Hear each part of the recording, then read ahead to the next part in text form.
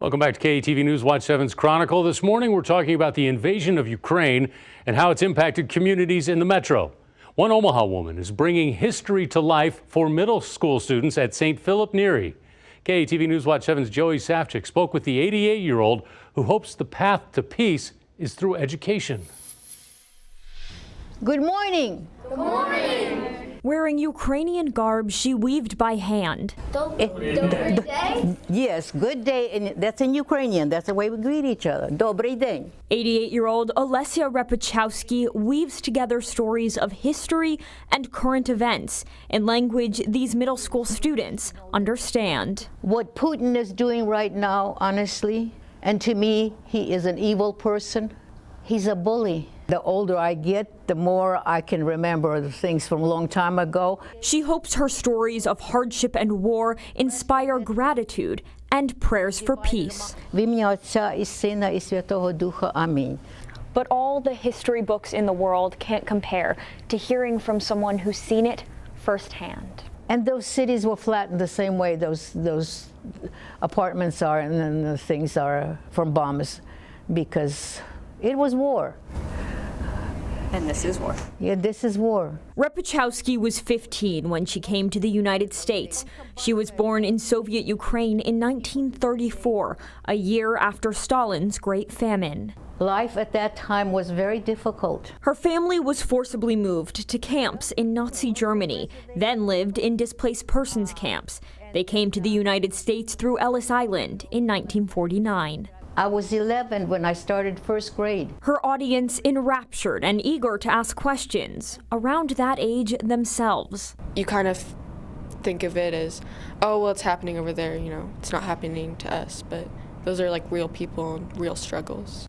Repachowski does not shy away from the darkest moments in history and the reality it's being repeated.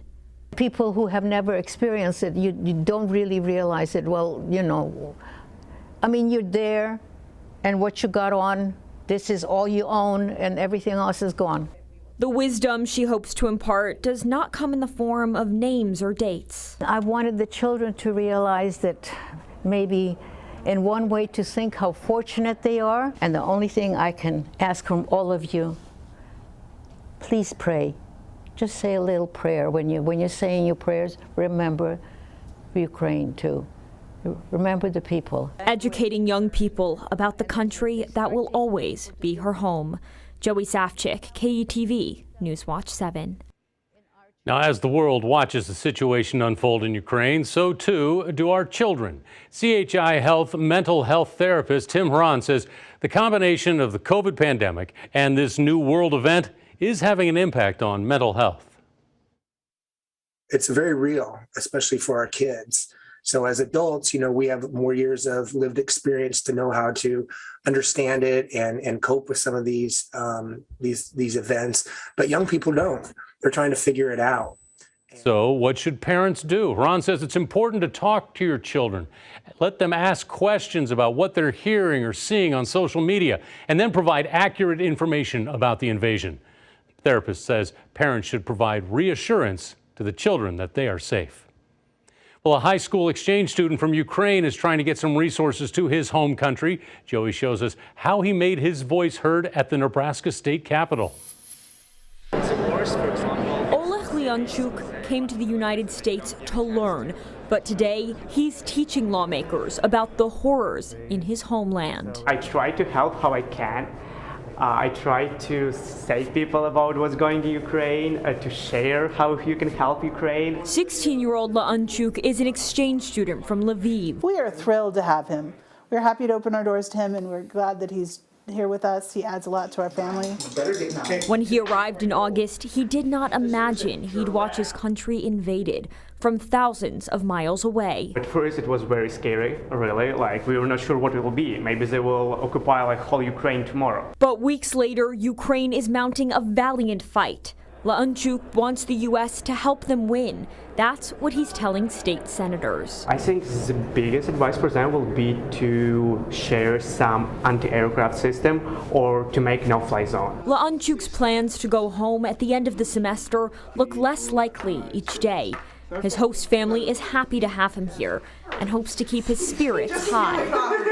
We never imagined that we'd be dealing with a student whose parents are in war zones, and every day's uncertain for him. Leonchuk stays in touch with his family and keeps a close eye on the news. If some missiles fall down on you or when they kill your kids, it's a hard situation. For now, the Madzins want him to know he'll always have a seat at their table. I think I'm most impressed with him being able to hold up through all of this. He's really become a stronger person. He's an inspiration to the rest of us.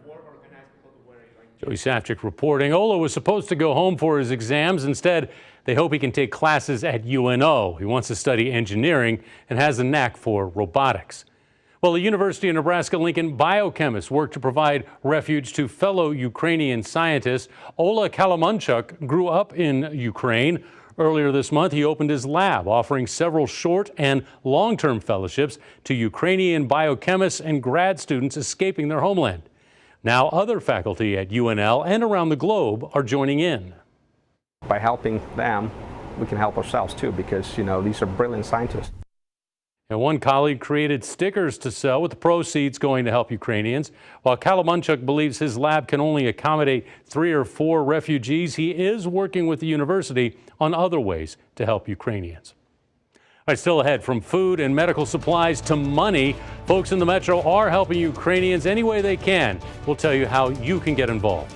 First, a reminder, your comments are an important part of the show. You have a story to share out of Ukraine, know someone trying to help those impacted by the war? What are your thoughts about the invasion and what the days ahead may look like? Email us, news@ketv.com. Love hearing from you, and we'll be right back.